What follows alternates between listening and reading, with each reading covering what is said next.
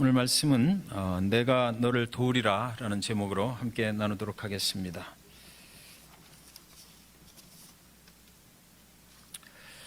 한 사람이 이른 새벽 호수에서 수영을 하고 있었습니다. 이른 새벽에 호수에 나가니까 얼마나 좋았겠습니까? 맑은 공기 그리고 깨끗한 물속에 몸을 던지고 이리저리 수영을 하는 것입니다.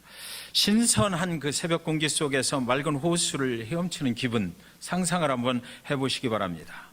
그런데 호수를 한 100m 정도 이렇게 안으로 헤엄쳐 나갔을 때 새벽 짙은 안개가 그 옆에 있는 높은 산으로부터 몰려오기 시작했습니다. 호수를 완전하게 삽시간에 그 짙은 안개가 덮쳐버리는 것입니다. 갑자기 앞이 보이지를 않게 됐어요. 오른쪽으로 헤엄을 쳐봐도 왼쪽으로 헤엄을 쳐봐도 내가 온 곳이 어디 있는지를 이제 분간할 수가 없게 된 것입니다. 시간이 지날수록 공포가 그를 엄습해 옵니다. 드디어 자신의 심장의 박동에 무리가 왔다는 것을 느낄 수가 있었어요. 그렇게 물속에서 오랜 시간 방황하다가 어디선가 사람 소리가 희미하게 들려오는 것입니다. 됐다. 그리고 이제 그 사람 소리가 희미하게 들려오는 그 소리를 향해서 헤엄을 쳐 나가게 된 것이에요. 죽을 힘을 다해서 소리가 들리는 곳을 향해서 헤엄을 쳤습니다. 그리고 드디어 그가 살아날 수가 있게 됐어요. 인생의 안개가 갑자기 덮쳐오면 우리는 하나님의 소리를 들어야만 합니다. 그래야 살아날 수가 있어요. 저와 여러분의 인생 외에도 갑자기 우리의 생존을 위협하는 그런 안개가 찾아올 때가 있다고 하는 것이죠. 두렵고 떨리는 그 위기를 맞이할 때가 있다는 것입니다.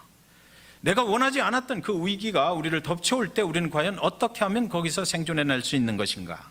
헤엄치는 호수는 굉장히 아름답게 보이지만 안개가 덮인 호수에서 방황하는 사람은 두렵고 떨리게 마련입니다. 미래가 보장되지 않는 것입니다. 나의 생명이 보호받을 길이 없다라는 그런 두려움 속에 빠지게 되는 것이에요. 이렇게 인생의 안개가 갑자기 우리에게 덮쳐왔을 때 우리는 살 수 있는 방법이 한 가지 있는데 하나님의 소리를 들어야 살 수 있다는 것입니다. 1997년 새벽에 그 악천후를 뚫고 서울의 김포공항을 출발해서 대한항공 801편이 괌으로 날아갔습니다. 그래서 공항에 도착을 하기 직전에 그 기후가 너무 안 좋았던 그런 중에 착륙을 시도를 했던 것이에요. 활주로가 이 기장의 눈에 들어오질 않는 것입니다. 옆에 기관장하고 부기장하고 기관사가 앉아 있는데 그들에게도 역시 활주로가 어딘지 분간할 수가 없게 됐어요. 몇 초 동안 부기장과 기관사가 기장에게 이렇게 말을 하는 것입니다. 활주로가 안 보이니까 일단 다시 올라갑시다. 근데 기장은 자기 권위 때문에 그것을 받아들이기가 힘들었다고 그래요. 그래서 그냥 한번 시도해 봅시다. 다시 부기장이 활주로가 보이지 않으니까 올라갑시다. 이렇게 또 말했어요. 기장은 그래도 다시 착륙을 시도합시다 하는 겁니다. 부기장과 기관사가 다시 한번 또 말했습니다. 활주로가 보이지를 않는데 어떻게 착륙을 합니까? 올라갑시다. 제발 올라갑시다. 그때야 비로소 기장이 이제 그들의 말을 듣기로 하고 기체 상승 명령을 내렸던 것입니다. 그런데 시간이 이미 늦어버렸어요. 비행기는 니미츠 힐 밀림주대에 그대로 추락하고 말았던 것이죠. 여러분들 인터넷에 이 사건을 찾아보시면 이 사건이 지금 부기장과 기장 사이에 했던 내용들이 그 말이 그대로 기록이 다 되어 있습니다. 그날 그 비행기에 탔던 인원이 254명, 그곳에 추락하고 나서 228명이 다 목숨을 잃어야만 했던 것입니다. 소통의 부재라고 하는 것이죠. 이 사건의 원인은 소통의 부재입니다. 기장과 부기장 사이에 말이 통하지 않았던 거예요. 서로 인정하려고 하지 않았던 그 기장의 그 실수 때문이었습니다. 착륙할 공항에 활주로가 보이지 않으면 여러분 당연히 다시 올라가야만 합니다. 인생을 살다가 앞이 보이지를 않을 때, 내가 착륙해야 될 인생의 자리가 보이질 않을 때는 여러분 하나님 앞으로 올라가야만 살 수가 있는 것이에요. 하나님의 선택받은 이스라엘 백성들이 하나님을 배반하고 우상을 섬겼거든요. 하나님은 바벨론이라는 나라를 사용해서 이스라엘을 공격하게 해버립니다. 이스라엘 백성들은 바벨론의 포로가 되었고 그렇게 70년을 살아야만 했어요. 소망이 없었다는 거죠. 이스라엘 앞에 하나님의 선택받은 백성인데도 불구하고, 하나님이 선택한 백성인데도 불구하고 그들이 우상을 섬기기 시작하는 순간 하나님과는 관계가 없어졌고 그들에겐 소망이 없어졌습니다. 이스라엘 앞에는 짙은 안개가 끼었던 것이죠. 어디로 가야 할지 그들은 바벨론이라는 나라에 포로가 되어서 노예 생활을 하면서 알 수가 없었어요. 우리가 장래에 어떻게 될 것인가, 그들은 걱정과 두려움에 쌓일 수밖에 없었던 것입니다. 그런데 오늘 본문 8절 말씀은 그러나라는 접속사로 시작을 하거든요. 두려움에서 벗어날 수 있는 방법이 있다는 것입니다. 그렇게 두려움 속에 있을 때, 소망이 없다라고 했을 때, 우리의 인생의 앞길이 어떻게 될지 모른다라고 하고 있을 때, 절망과 낭만 가운데 있을 때 오늘 본문 말씀 그러나 이렇게 시작해요.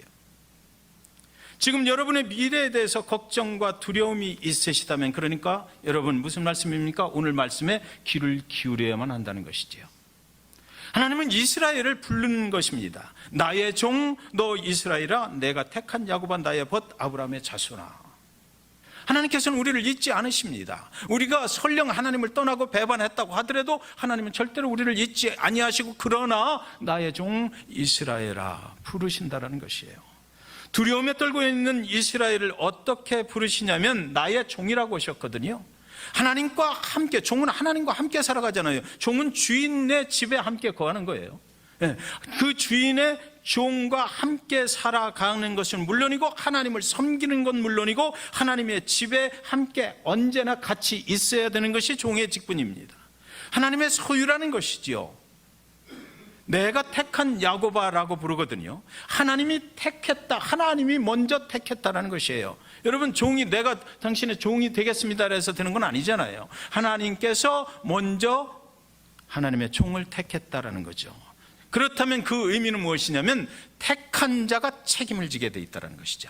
내가 택했다라는 의미 속에는 내가 택했으니까 내가 내 인생을 책임지겠다는 것입니다. 나와 함께 살고 내가 시키는 대로 하고, 그리고 나를 섬겨라, 내가 내 인생을 책임지겠다는 것이에요. 여러분, 처녀총각이 사랑을 하다가 어느 날 사랑이 깊어지면 자기는 내 거야 라고 얘기하거든요. 결혼을 하고 그 다음부터 무슨 일이 일어나요? 자기는 내 거야 라고 했으니까 그때부터 책임을 지는 것입니다. 먹여줘야 되는 거죠. 평생 입혀줘야 되는 거고, 다 그 인생에 책임을 져야 되는 거예요. 책임질 수 없다면 그런 말을 해서는 안 되는 거죠. 네. 오늘날 많은 사람들이 자기는 내 거야 그렇게 그 말한 것을 평생 후회하며 사시는 분도 있을 겁니다. 네. 왜 내가 그때 그런 말을 해가지고 이 고생을 하고 사나? 네. 그러나 하나님은 절대로 후회하지 않으시는 하나님이시다는 거예요. 하나님께서는 한번 내가 책임질게 했으면 끝까지 영원한 천국에 이를 때까지 하나님께서 책임져 주신다. 사람은 변하지만 하나님은 그 약속을 변화시키는 분이 아니다라는 것입니다. 9절에 보면 내가 땅끝에서부터 너를 붙들며 땅 모퉁이에서부터 너를 부르고 네게 이르기를 너는 나의 종이라 내가 너를 선택하고 싫어하여 버리지 아니하였다느니라. 여기 오늘 8절부터 13절까지 보면은요, 여러분 이 그 관계를 형성하는 나 또는 너를 나의 내가 이런 말들이 무수히 많이 나와요. 하나님께서 이사야 선지자를 통해서 이스라엘 백성들에게 하는 말씀이거든. 그러니까 이 본문 자체의 중심 핵심되는 단어가 뭐냐고 할 때는 관계라는 것입니다. 하나님과의 관계, 그 관계 안에 들어와 있으면 하나님의 뜻대로 하나님께서 책임져 주신다라, 그것을 말하고자 하는 거예요. 하나님과의 관계가 개인적으로 하나님의 종이 되고 하나님이 택한 사람이 됐을 때 하나님이 절대로 그것을 외면하지 아니하시고 끝까지 책임져 주신다는 거죠. 땅 끝에 가서라도 붙들어 주신다. 우리가 어디 가서 안 보일 것 같지만 하나님 끝까지 나를 찾아오신다는 거예요. 땅 모퉁이에서도 나를 부르신다. 내가 어딜 가든지 어떤 상황 가운데 있든지 너는 내가 택한 나의 종이라고 끝까지 찾아오신다는 것입니다. 여러분, 하나님이 우리를 외면하실 수가 있어요? 없다라는 것이에요. 예수 그리스도를 통해서 하나님의 백성이 된 자는 끝까지 하나님께서 책임져 주신다, 찾아오신다라는 것입니다. 우리가 숨어 있어도 하나님은 알고 계시다라는 거죠. 그런데 여기 보면 제가 오늘 본문 말씀 중에서 저에게 가장 위로가 되는 말씀이 거기 딱 있더라고요. 내가 너를 택하고 싫어하여 버리지 아니하였다 하였노라. 네. 여러분, 인간은 좋을 때 좋지만 싫으면 버립니다. 그렇죠? 여러분들 어그리 하십니까? 인간의 관계라고 하는 것은 나하고 서로 유익이 되고 좋을 때는 좋아요. 그러나 싫어지면 버리게 돼 있어요. 12살 된 남자아이가 극도의 분노와 우울증으로 자기 아버지를 총으로 쏴서 죽여버렸습니다. 아버지는 사랑하는 어린 아들이 쏜 총을 맞고 응급실로 옮겨졌지만 곧 숨을 거두고 말았다고 그래요. 경찰이 아이에게 왜 그랬느냐고 물었습니다. 12살 소년은 아버지가 미워서 그랬다고 그랬어요. 미우면 죽이는 겁니까? 아버지가 자꾸만 공부를 하라고 자기를 너무나 푸시를 해서 아버지가 더 이상 좋은 사람이 아니다라고 생각해서 싫어서 아버지를 쏘았다는 것입니다. 아버지가 싫어서 쏘았다는 거예요. 그 소년은 이제 소년원에 이제 가게 됐죠. 그리고 소년원에서 감옥살이를 하는 동안에 어느 날 교도관이 복도를 걸어가다가 이 소년의 방에서 이상한 소리가 나서 발걸음을 멈췄다고 그래요. 방 안에서 아이의 흐느끼는 소리가 들려옵니다. 아빠, 아빠, 아빠. 아빠가 필요해요. 아빠가 필요해요. 정말 아빠가 있었으면 좋겠어요. 인간은 싫어지면 버려버리죠. 사랑관계는 그런 것이에요. 그러나 하나님은 끝까지 책임을 져주시는 분이시다라는 것입니다. 10절에 보면 두려워하지 말라. 내가 너와 함께함이라. 놀라지 말라. 나는 네 하나님이 됨이라. 내가 너를 굳세게 하리라. 참으로 너를 도와주리라. 참으로 나의 의로운 오늘은 서론으로 너를 붙들리라. 두려워하지 말아야 할 이유가 무엇입니까? 여기 분명히 나와 있죠. 하나님이 나와 함께 하시기 때문에 두려워하지 말라라는 것이에요. 놀라지 말아야 할 이유가 무엇입니까? 하나님이 말씀하시죠. 지금 하나님이 나의 하나님이 되어주시기 때문이라는 것입니다. 그러니까 하나님과의 관계 속에서 내가 하나님께 기도할 때 나의 하나님이라고 부르는 하나님의 백성이라면 두려워하거나 놀라워할 필요가 없다는 것입니다. 인생길 살다가 너무나 어려운 일을 만났어도 두려워하지 말라. 갑자기 어떤 위기 속에 들어갔어도 절대로 놀랄 것 없다. 왜? 하나님이 함께 하시고 하나님이 나를 지켜주시는 분이시기 때문에 그렇다라는 것이에요. 그런데 여러분, 여기 아주 중요한 사실을 우리는 알아야만 합니다. 오해하지 마십시오. 우리가 당신은 나의 하나님이십니다라고 고백한다고 해서 두려움이 사라지는 것은 아니에요. 사실은 내가 하나님을 사랑합니다라고 고백한다고 해서 두려움이 완전하게 사라지는 것은 절대로 아닙니다. 하나님이 나와 함께 하셔야 그 두려움이 사라져요.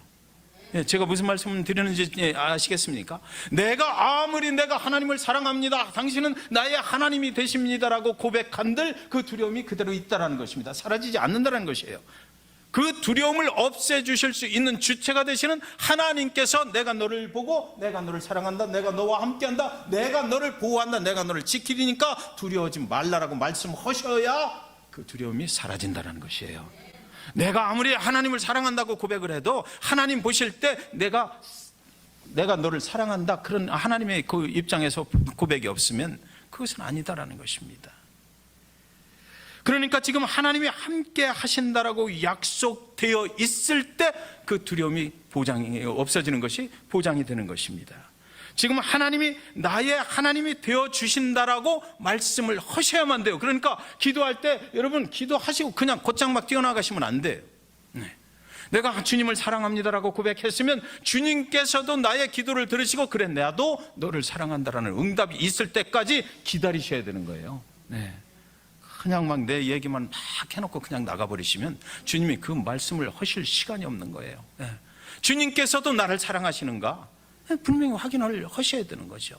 내가 인생에 어려움이 닥쳤어. 정말로 나는 이 위기를 어떻게 헤쳐나가야 될지 정말 모르는 가운데 하나님 아버지 앞에 엎드려서 기도하고 찬양드려 나의 고백을 드립니다. 주님 사랑합니다. 주님 나를 보호해 주세요 라고 기도했을 때 주님께서도 나의 기도를 들으시고 잠시 후에 뭐라고 말씀하셔? 성령을 통해서 그래 내가 너를 안다, 내가 너를 도와주리라 말씀하시는 거죠. 그 소리를 들어야 되는 거예요. 주님의 말씀은 한 번 말씀하시면 영원한 말씀이 되는 것이지요. 그분이 한 번 말씀하시는 건 변함이 없어요.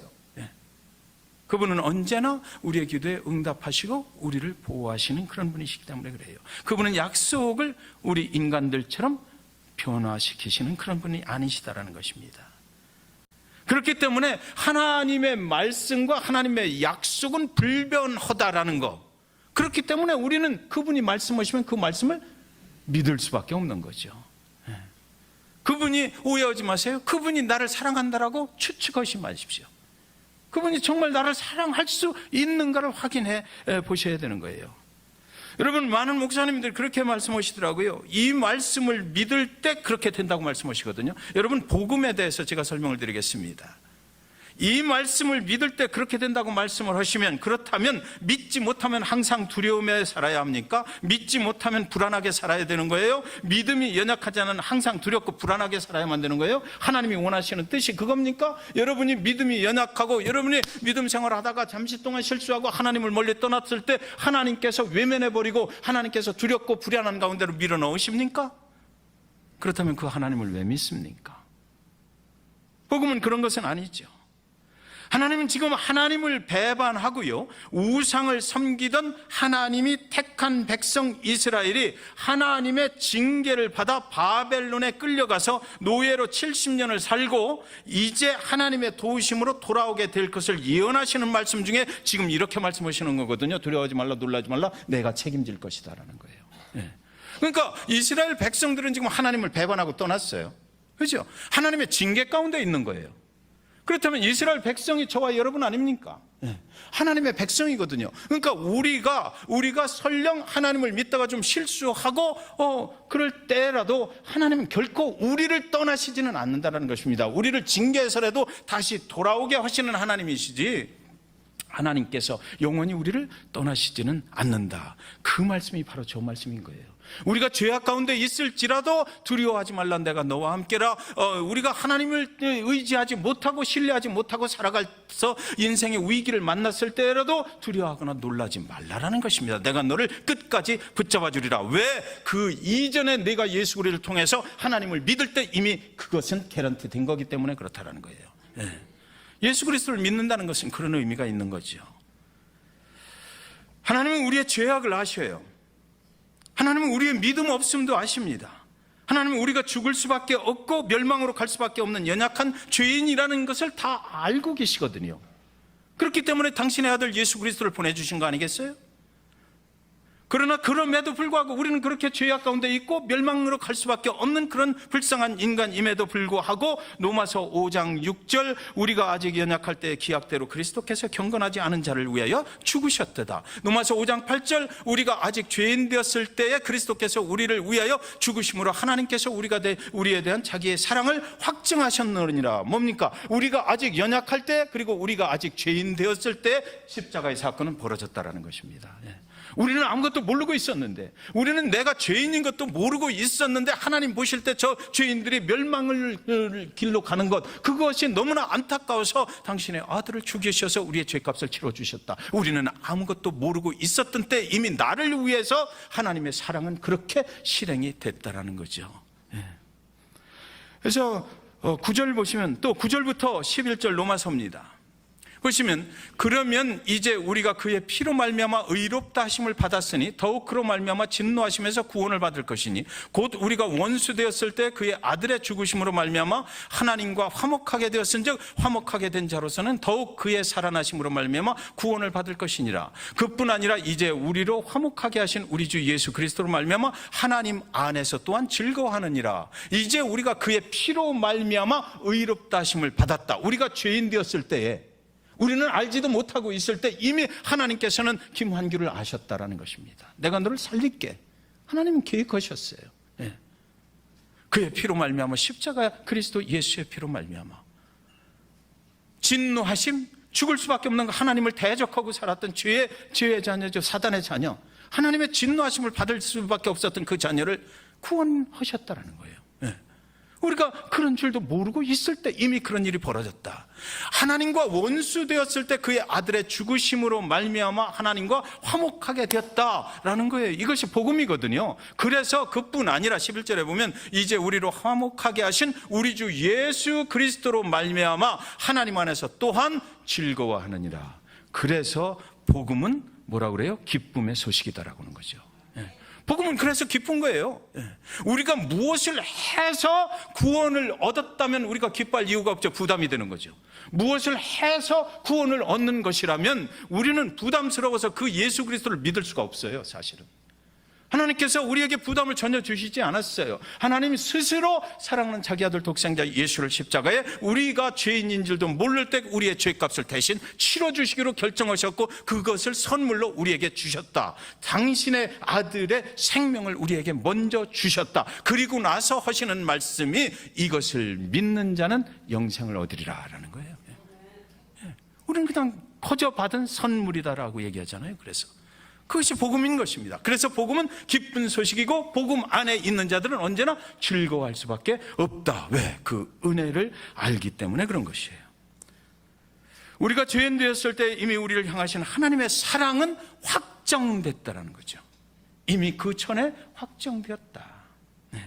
우리가 믿어야 하는 것은요, 그래서 하나님이 나를 위하여 당신의 사랑하는 아들 예수를 십자가에 제물되게 하셨다라는 것, 그것을 믿는 거예요. 내가 무엇을 잘하면 하나님께서 나에게 축복을 주신다라는 것은 믿는 것이 아닙니다. 그건 잘못된 신앙이죠. 기복신앙이라고 하잖아요. 1980년대 한국에 아주 대형 교회들이 많이 생겼죠. 그때 당시에 땅 투기도 많이 일어나고 떼부자들이 막 생기고 할 때 한국의 대형 교회들이 그때 생긴 거예요. 그때 그 대형 교회들의 역사를 보면 그때 설교의 주 핵심이 뭐였었냐면 기복신앙이에요. 하나님께 드리면 복 받는다. 여러분, 제가 땅 투기를 했는데 갑자기 몇 배로 불어났어. 그래서 그 돈이 엄청나요. 그런데 내가 가만히 있으니까 주변 사람들이 나를 보고 얘기하는 거야. 저 사람 저 땅 투기해갖고 갑자기 벼락부자가 됐대. 이거보다는 교회로 가서 그 돈 가지고 헌금을 드리면 그곳에 가서 목사님이 얘기하기를 하나님께 드렸더니 저렇게 복을 주셨다라고 선포를 해 주시는 그 맛에 그때 그 사람들이 다 그 교회로 몰려들었던 거예요. 그 이면에 그런 것이 있습니다. 역사하고 맞아 떨어지는 거예요. 그래서 한국의 기복신앙이 발달했고 대형교회가 생겼던 그 원인 중에 하나는 그것이 있었던 것입니다. 그러니까 복음이 기쁜 소식이고, 그러니까 우리 주 예수 그리스도로 말미암아 하나님 안에서 11절에 분명히 얘기하잖아. 또한 즐거워하느니라. 그러니까 즐겁고 기쁜 거죠. 14절에 보면 지렁이 같은 너 야곱아 이렇게 부릅니다. 너희 이스라엘 사람들아 두려워 말라. 나 여호와가 말하노니 내가 너를 도울 것이라. 내 구속자는 이스라엘의 거룩한 자니라. 아까 나의 종 나의 택한 야곱아 그랬거든요. 그래 놓고 나서 여기 14절에 보면 지렁이 같은 너 야곱아 이렇게 불러요. 이스라엘 백성들을 부르는데, 하나님의 백성들을 부르는데 지렁이 같다네. 하나님이 지렁이와 같은 이스라엘을 택하셨다는 거 말하는 거죠 지금. 왜 지렁이 같다고 할까요? 지렁이는 어디 살아요? 땅 속에 살아요. 어둠에 살아요. 빛 가운데 나오질 못해요. 빛 가운데 나오면 말라 죽습니다. 그렇죠? 그 지렁이는 어두움을 좋아해. 지렁이는 땅 밑 어두운 곳에서 사는 그런 존재인 거예요. 하나님이 어두운 죄악 가운데 있는 저와 여러분을 우리는 어두움에 있는지도 모르고 살아갈 때에 이미 택하셨다라고 지금 얘기하는 겁니다. 그런 거예요. 왜 하필 지렁이라고 비유를 했을까? 이걸 연구하다가 좀 이상한 것을 발견을 했는데요. 이 지렁이가 말이죠, 오늘날 여자분들이 바르는 립스틱을 만들 때 재료가 된다네요. 지렁이가 그렇대요. 그러니까 오늘 우리 중에는 지렁이로 만든 립스틱을 바르고 나오신 분들이 많이 계시다는 거죠. 립스틱을 바르실 때마다 나 같은 이 지렁이 같은 나를 예수님이 구원해 주셨구나 한번 기억했으면 좋겠어요. 지렁이 같은 나의 택한 백성들아 두려워 말라라는 것입니다. 놀라지 말라라는 것이에요. 왜냐하면 너희는 지렁이 같지만 내가 너를 도와주겠다라고 말씀하시거든요. 솔직히 한번 생각해 보시기 바랍니다. 하나님이 정말 나를 도와주신다면 무엇이 문제가 될 것인가? 우리의 인생이 하나님이 만드신 피조물인데 그 나를 만드신 하나님께서 만약에 내 인생에 직접 개입하셔서 나를 도와주시기로 마음 먹으셨다면 그 뭐가 문제가 될 것인가 이거죠. 위기가 정말 위기가 될까요? 하나님이 함께 하시는 그 위기가 하나님 보실 때도 그게 위기라고 말씀하실 수 있을까? 그렇지 않죠. 하나님이 내 인생을 직접 개입하시고 하나님이 직접 인도해 가신다면 문제될 게 없는 거예요. 물이 변해서 포도주가 되는 거 당연한 거죠. 풍랑이 잠잠해지는 거 당연한 거고, 눈먼 자가 눈을 뜨게 되는 거 당연한 거고, 5천 명을 먹이는 사건이 내 인생에 일어나는 거 너무 당연한 거고, 옥문이 열리는 건 너무 당연한 거고, 죽은 자가 살아나게 되는 것조차도 당연한 것이라고요. 우리는 광풍 중에도 그래서 주님을 찬양하게 될 것입니다, 여러분. 사랑하는 성도 여러분, 인간의 고통에 대해서 전문가를 소개한다면 필립 얀시가 있습니다. 이 사람은 아주 고통의 전문가예요. 수많은 책들을 써냈습니다. 그 사람이 쓴 책 중에 하나님께 실망했습니다라는 책에서 자신의 이야기를 하는 걸 제가 읽었습니다. 얀시가 태어난 지 10개월이 됐을 때 그의 아버지가 전신 소아마비에 걸렸어요. 그리고 그 아버지의 나이가 그때 24살이었는데 이제 그때 당시만 해도 이 전신 소아마비는 굉장히 큰 병이었다라고 합니다. 그래서 어떻게 고칠 방법이 없는 거예요. 요즘에 암이나 이런 정도가 됐던 것 같아요. 그래서 이분이 병원에 이제 입원을 했다가 3개월 만에 돌아가십니다. 그러니까 얀 씨는 13개월째까지 그 어린 나이에 자기 아버지, 친아버지가 누군지도 모르고 그렇게 컸던 거죠. 근데 이 아버지가 그 3개월 동안 병원에 입원하셨을 때 그때의 치료기구가 뭐가 있었냐면 이런 분들을 실린더 속에 가둬놨대요. 그 안에다가 산소를 공급을 하면서 실린더 속에 계셔야 되는 거예요. 그래서 실린더 속에만 있으면 다른 사람들하고 대화가 안 되니까 그 큰 실린더에 그 속에 가둬놓고 그리고 나서 조그만하게 유리창을 이렇게 뚫어놨답니다. 그래서 면회를 할 수가 있는 거예요. 그 유리창에 들어가서. 유리창 앞에 서가지고. 그래서 자기 어머니가 매일같이 이 아버지를 찾아가서 그 조그만 유리창으로 그 아버지, 남편을 이렇게 면회를 하고 돌아오는 것입니다. 근데 그 아버지가 이제 이 얀 씨가 궁금한 거예요. 내 자식 얀 씨가 지금 어떤가? 그래서 사진을 좀 한 장 좀 찍어달라고. 그래서 사진 찍어서 그 유리창 틈으로 이렇게 구겨서 넣었어요. 나중에 이제 아버지가 이제 돌아가시고 3개월 후에 돌아가셨습니다. 돌아가시고 그래서 시간이 많이 흐른 후에 얀 씨가 이제 큰 다음에 어머니가 자기 지갑에서 아주 꼬깃꼬깃 구겨진 자기 어렸을 때 그 사진을 보여주더라는 것입니다. 그러면서 자기 아버지가 어떻게 돌아가셨는지를 얘기를 하는 거예요. 이 사진이 내 사진이다. 그래서 내가 10개월 됐을 때 아버지가 전신마비로 그 병원에 입원을 했고, 그래서 아버지가 내 사진을 좀 제발 좀 갖다 달라고 그래서 그 유리 틈으로 간신히 넣느라고 이렇게 구겨진 거다. 지금 내가 펴서 이렇게 보관을 하고 있다. 그러면서 3개월 동안 그 실린더 속에서 아버지는 눈이 뜨여 있다면 항상 너를 생각했다. 그렇게 말하는 것입니다. 항상 아버지는 실린더 안에서 마지막 인생의 3개월 동안을 눈만 뜨면 내 사진을 보고 계셨단다 라고 말씀하신 거예요. 사랑하는 여러분, 제2차 세계대전에서 600만 명의 유대인들이 그 아우슈비츠 그 수용소에서 죽었죠. 수용소 안에 갇혀있던 유대인들은 그 순간 하나님을 원망해야만 마땅한 것입니다. 그렇죠? 왜 우리가 이런 꼴을 당해야 되나? 하나님을 믿는 하나님의 백성들이 왜 이런 일을 당해야만 되나? 당연한 것은 그들이 하나님을 원망하고 죽었어야 돼요. 그런데 놀라운 것은 수용소 벽에 쓰여진 것은 God is here with me. 하나님은 나와 함께 여기 계십니다 라고 그 벽에 나중에 들어가 보니까 그렇게 쓰여 있더래요. 사랑하는 성도 여러분의 인생에 안개가 끼어서 앞이 보이지 않을 때에 오늘 이 본문 말씀을 꼭 기억했으면 좋겠습니다. 두려워 말라, 놀라지 말라. 내가 너와 함께하리라. 내가 너를 도우리라. 참 나의 의로운 손으로 너를 붙잡아 주리라 하는 거예요. 사랑하는 여러분의 가정에 안개가 끼어서 앞이 보이지 않을 때 오늘 이 말씀을 꼭 좀 기억했으면 좋겠어요. 경기가 안 좋죠. 여러 가지 상황이 돌아가는 것이 우리의 장래가 보장되지 않은 것 같아요.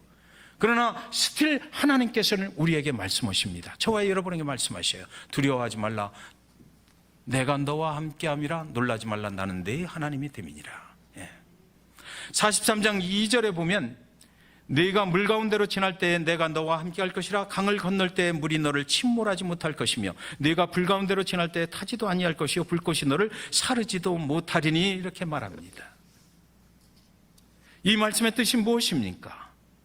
첫째는 고난 중에 하나님이 함께 하신다는 것이고요, 물이 침몰할 때도 하나님이 함께 하신다, 침몰할 걱정이 없다라는 것이고, 불 속에 들어가도 내가 너를 보호해 주신다는 것이에요. 그런데 두 번째는 너무 조급하게 생각하지 말라는 것이죠. 인생에 위기가 왔을 때 하나님을 믿는 사람들은 너무 조급하게 생각하지 말라. 왜? 하나님이 거기 계시니까, 하나님이 알아서 하실 것이니까. 너무 세상적인 생각을 가지고 위기라고 하지 말라는 것이에요. 하나님을 인간적인 차원으로 끄집어 내리지 말라는 것입니다. 여러분이 잘 아시는 장영희 교수, 2001년도에 유방암, 그리고 또 수술이 끝나고 회복될 때에 척추암 판정을 받았거든요. 그래서 2009년도에 그가 세상을 떠날 때까지 그는 목발을 짚고 다녀야 됐어요. 그런데 그 장영희 교수가 쓴 책에 보면 뭐라고 돼 있냐면, 목발을 딛고 천천히 걸어야 하니까 남들이 보지 못한 것들을 더 많이 볼 수가 있었다. 그렇게 얘기했어요.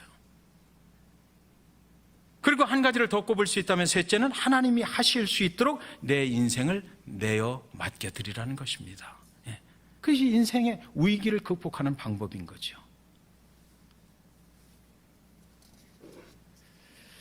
오늘 본문 말씀은 어떤 상황 속에서도 하나님이 함께 하시겠다는 약속입니다. 그러므로 여러분이 타고 가는 배는 풍랑 속에서도 침몰치 아니할 것이다라고 분명하게 약속하셨습니다. 다니엘의 세 친구처럼 여러분을 불 속에서도 상치 않게 보호해 주신다고 분명하게 약속하셨습니다. 그것이 여러분을 향하신 하나님의 약속입니다. 하나님은 왜 그렇게 하실까요? 하나님은 왜 그렇게 하실까요? 그 해답은요, 하나님은 하나님의 사랑하는 독생자 아들 예수를 죽이시기까지 우리를 사랑하신 그 하나님의 사랑, 그것을 우리가 언제나 기억하기를 원하시기 때문인 것입니다. 기도하겠습니다.